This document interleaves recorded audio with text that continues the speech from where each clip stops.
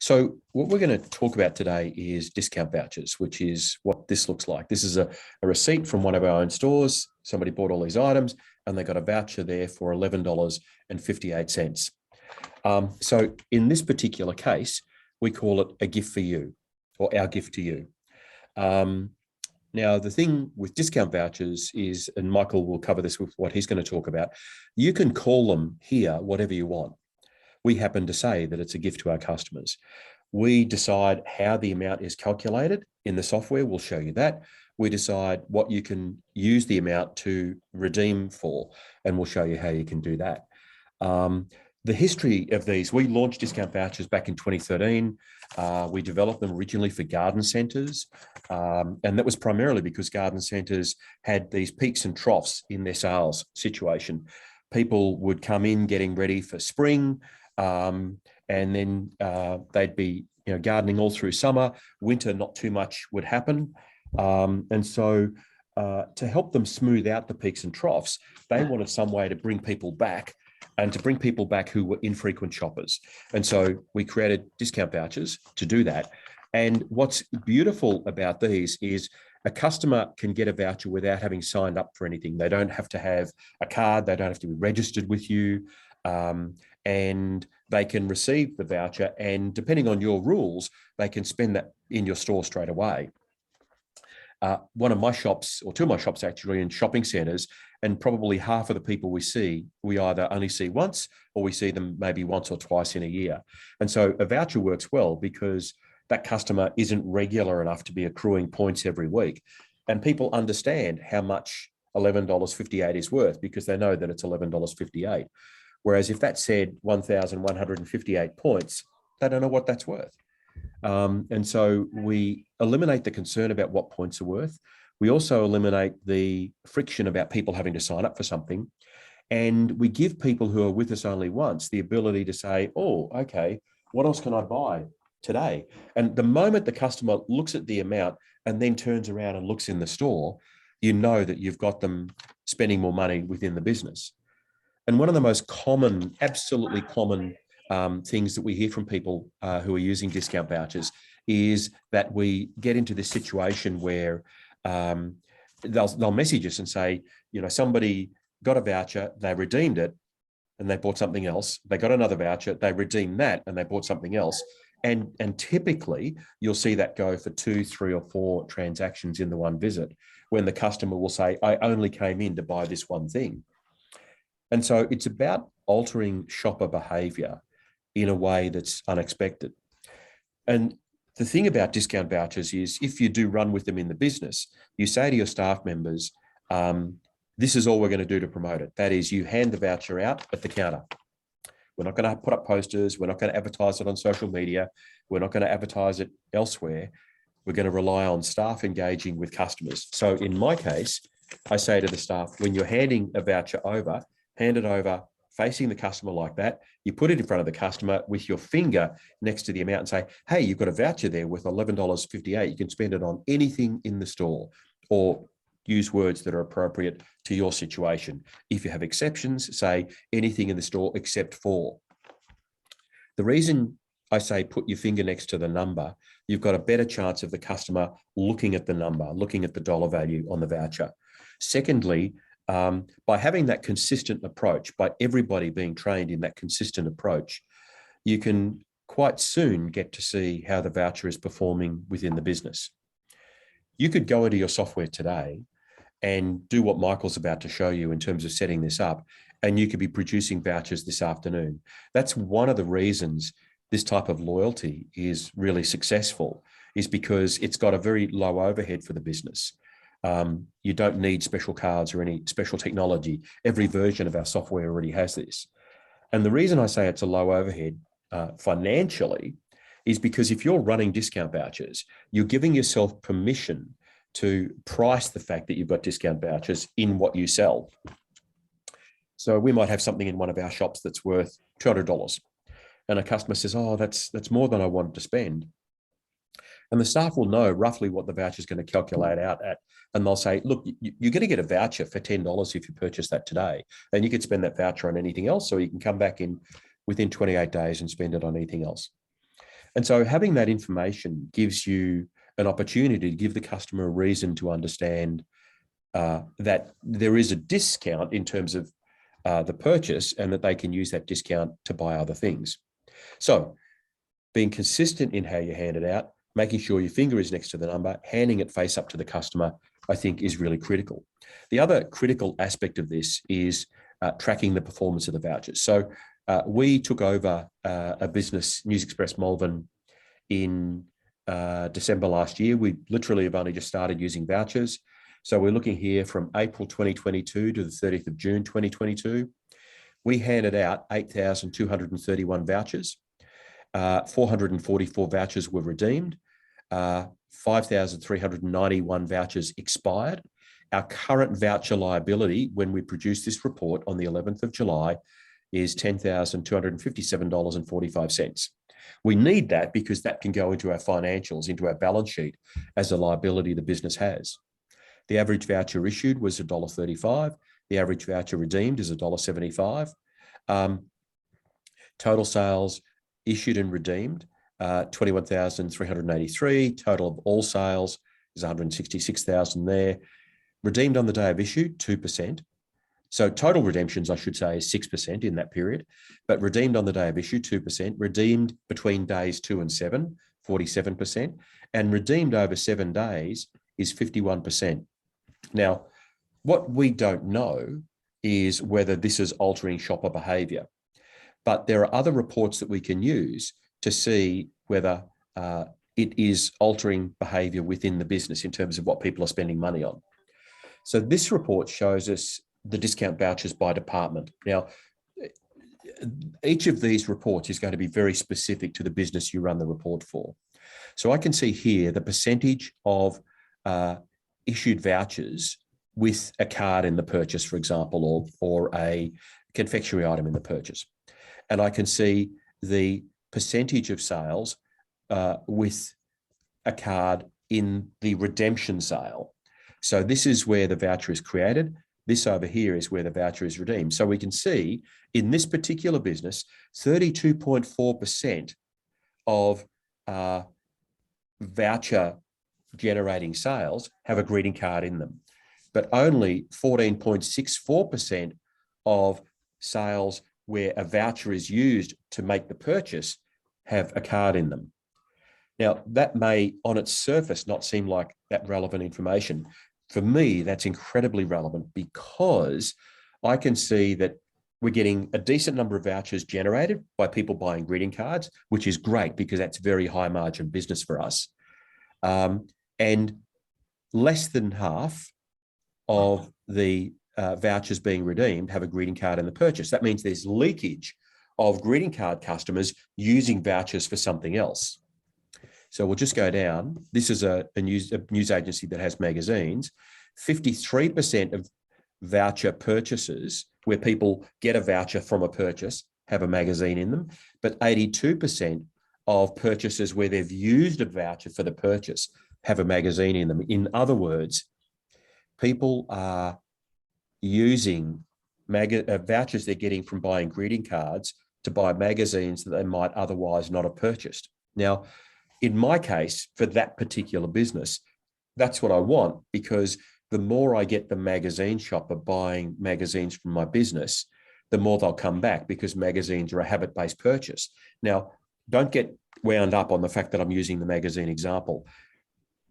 This same terminology that I'm using, the same discussion can apply to other businesses where you have habit-based customers versus impulse customers.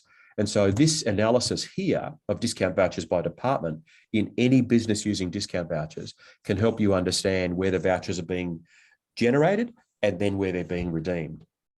And so it becomes a really useful way for you to see what departments in your business are benefiting from the generation of vouchers. So before we move on and listen to some questions and get engaged in that, Michael, why don't you take over the screen and show us what the setup screen looks like for discount vouchers, just to show how easy this is to do. Fantastic. So here we have retailer. We're going to go to setup vouchers and discount vouchers. Yep. And So the setup screen has two sections. So we just have a name of what the voucher is, what it's based on, percentage, dates, how often it runs. So discount vouchers, it's active 24/7 all day long. We don't turn it off on weekends or anything like that, just let it run. We've got down here a contribution total. This is a trigger point for a voucher being generated. Okay, so a contribution total, and then we've got a percentage that the customer gets from the contribution. What does contribution total mean? The contribution total is, as I said, a trigger point. So a voucher will only be generated once the contribution dollar amount, which we'll go into the calculation of that, hits that point. So in this particular store, it's $4 in what I call the bucket, right? So right. How does the bucket get calculated? Well, that's where we go to department and category contributions. So here, we've got Beanie Boos and Tide, which are little plush toys. They have an 87% contribution percentage of the sale value. So if the item is worth $10, $8.7 is going into the bucket. Okay, works really easy if we use some rounded numbers like 100%.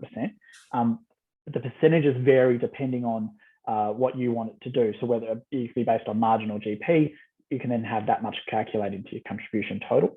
Yep. So customer gets 100% in cards, they only get 50% in miscellaneous. So if we use an example of $10 in cards, $5 in miscellaneous, okay, I get $10 in my contribution from my cards.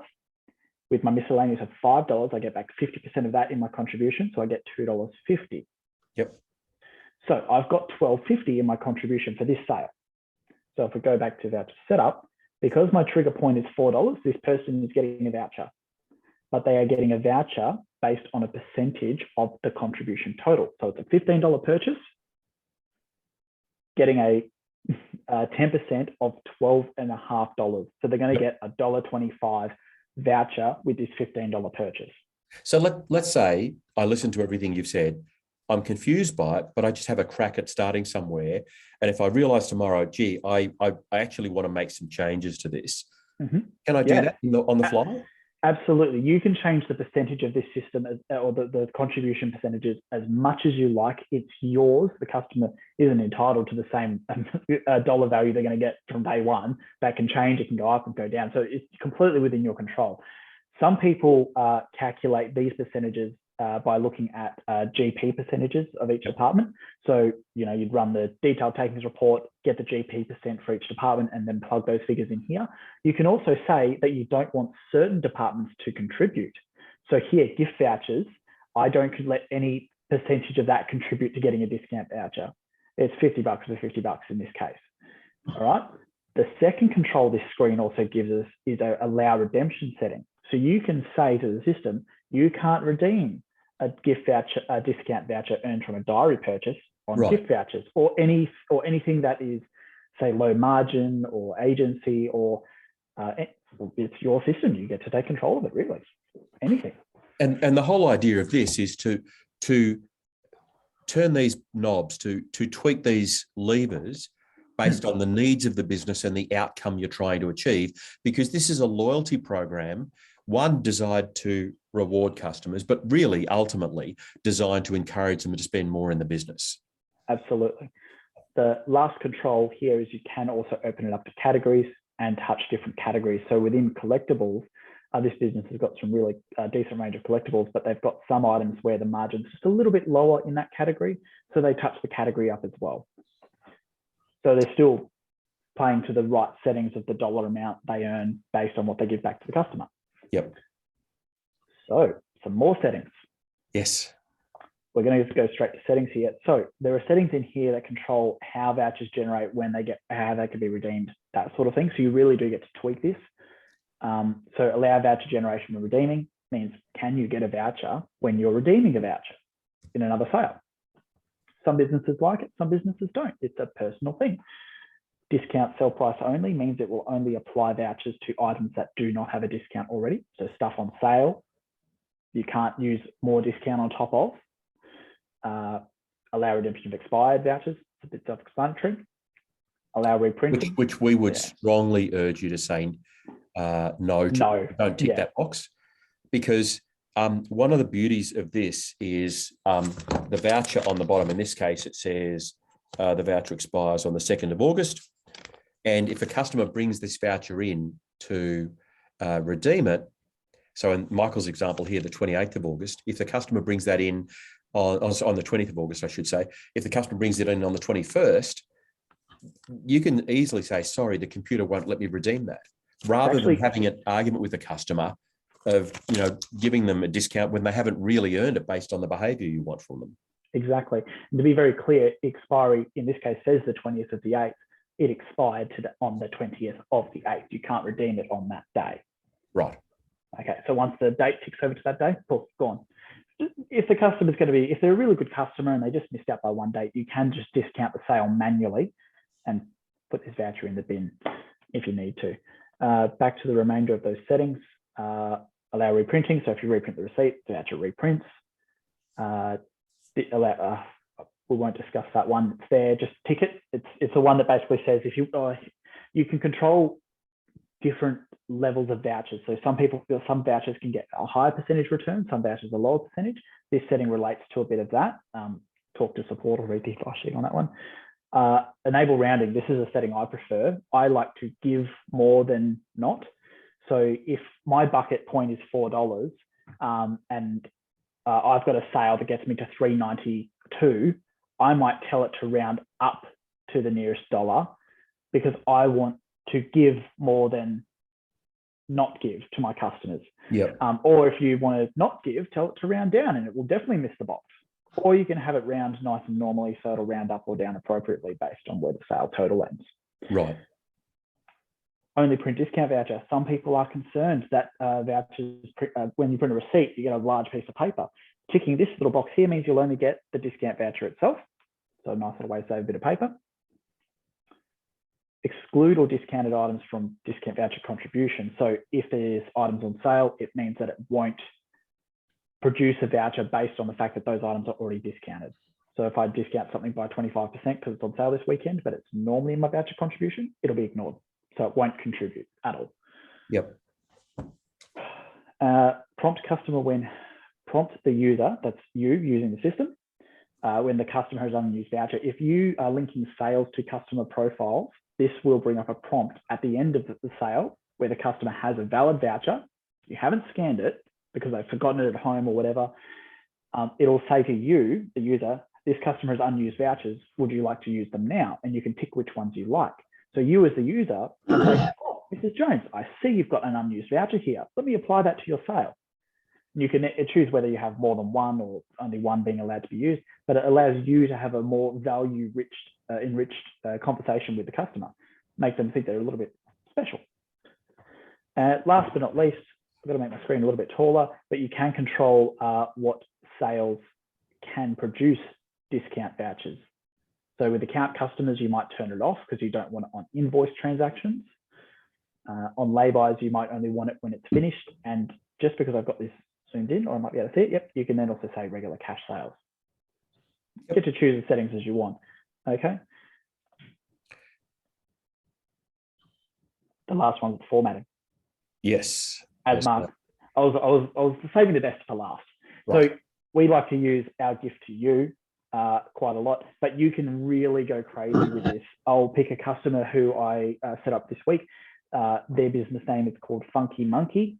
So we called it Funky Money as a way of really personalizing it, making it a little bit fun. So it reads Funky Money and it says return this voucher within X number of days. So you can spell the day count on there as well, or you can just say just return this voucher and receive, and it will print the dollar amount nice and neatly there. Okay. You'll notice in the preview, there's two terms and conditions. Terms can come from two different areas. You can have it here, it prints nice and big at the bottom, or back in the setup, it can come from here as well. Right. It's there because if you have different levels of vouchers, so some people getting a 5% return, some people getting a 7.5% return on their voucher, might have different exclusions. Yep. There you go. There's the settings. Okay. So let's quit out of there. Just a couple of other things I want to talk with you, Michael, about before we open this up. It's fair to say we see all different sorts of businesses using this, garden centres, jewellers. We've got a very, very high-end jeweller business that we won't name. that sells pieces, $25,000, $30,000, $40,000. And it's not uncommon in those cases for a voucher to be worth several $1,000s. And then you've got convenience businesses at the other end where a voucher might be 30 cents or 50 cents. We've got toy shops, we've got bike shops, we've got garden centres, we've got pet stores, we've got sewing shops, all different sorts of businesses using it. And I'll come back to, for me, as a consumer, the thing that differentiates is the fact that I've got an amount on there. It tells me how much the voucher is worth. I know what $11.58 is. I understand that value. And to me, it's critical that I'm able to give away something that people understand. If I go to Coles and Woolworths and I get 100 points, I've got no idea what that's worth. I know roughly what Qantas points are worth because I use them a fair bit. But if you go to 10 different businesses that have loyalty programs that are points-based, I'm pretty sure you're going to get 10 different, exchange rates, if you like, on what they're worth. And so you end up giving up on those. All right, let's see if anybody has questions.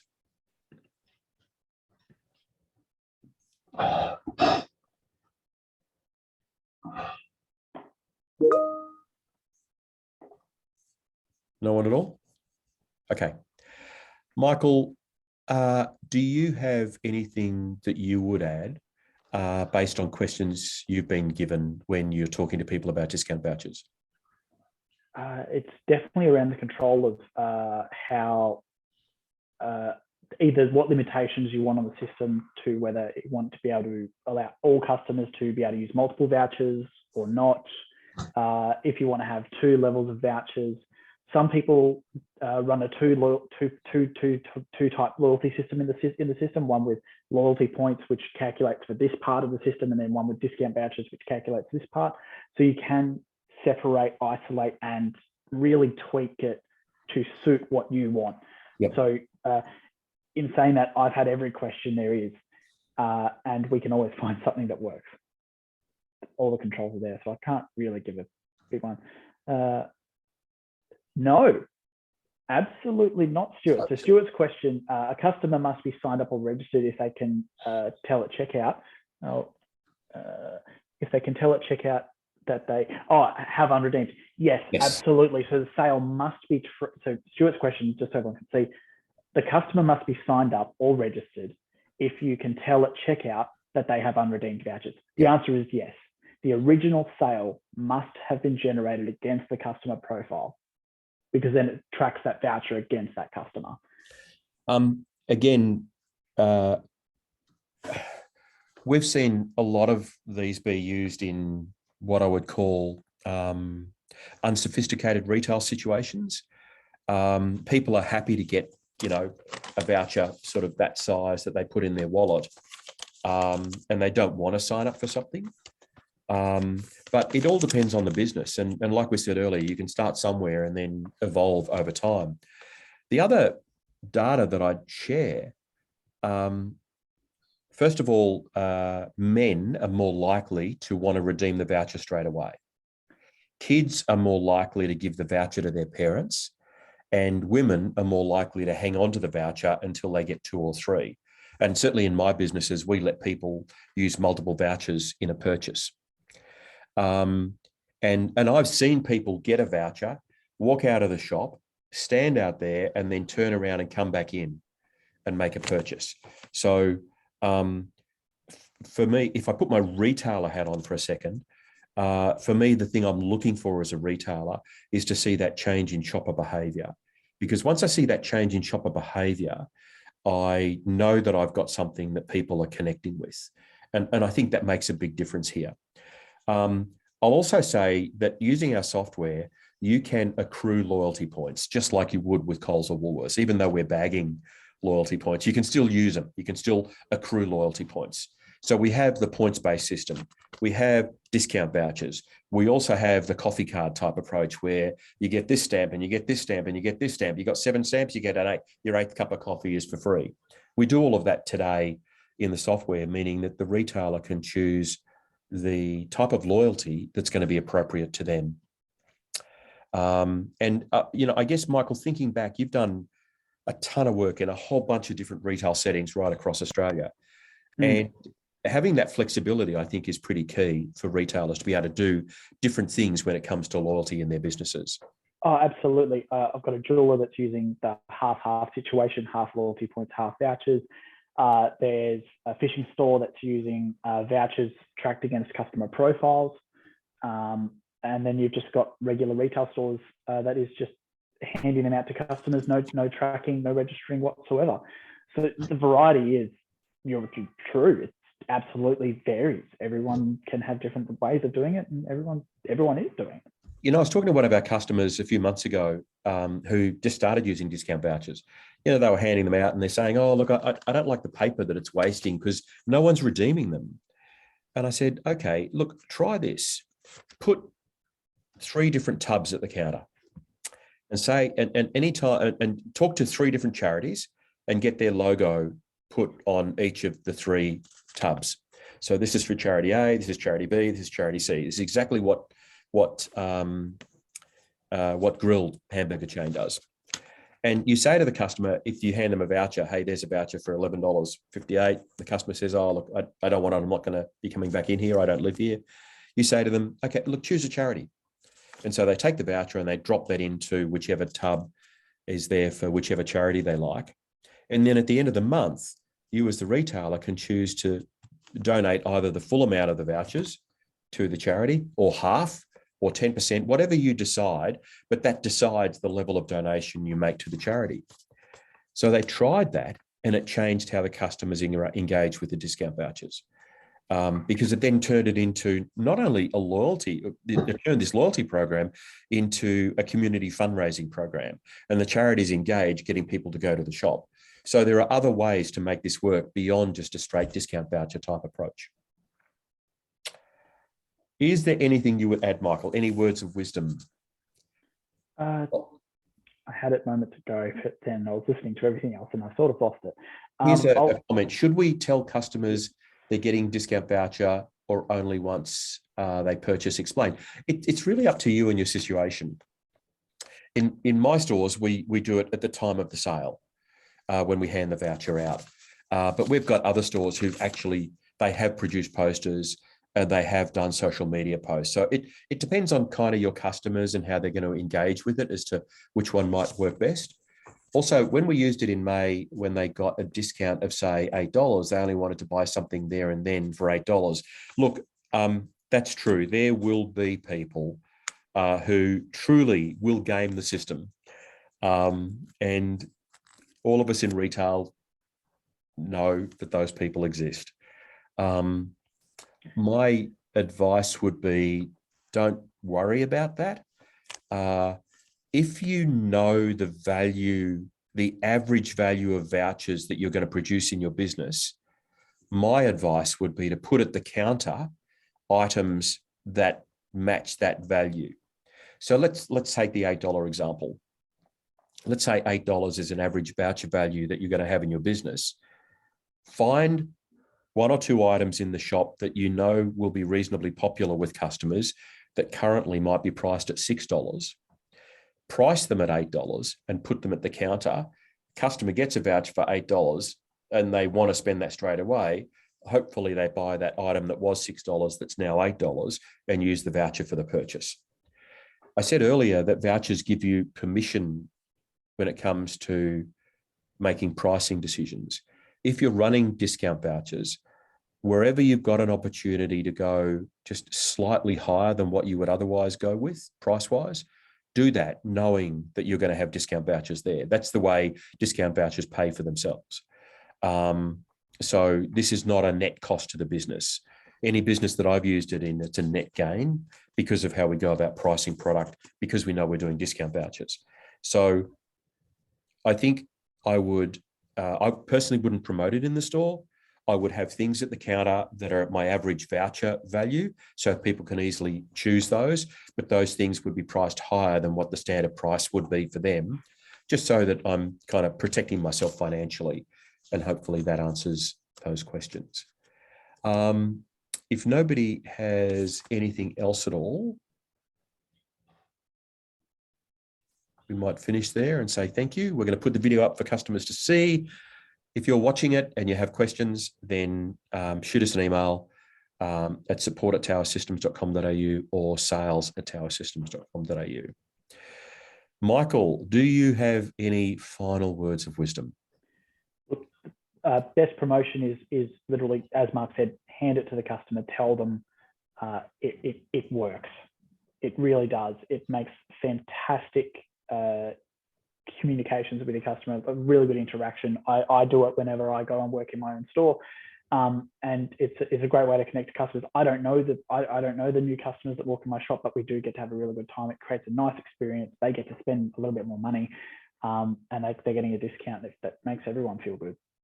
I guess the final thing I'd say is, we've got some customers in tourist areas, and they tell us that discount vouchers help them actually pay for their system within the first 6 or 8 months because of how customers were interacting with it. And as business owners, they very quickly understood that by using discount vouchers, they had permission to play with how they do their pricing within their business.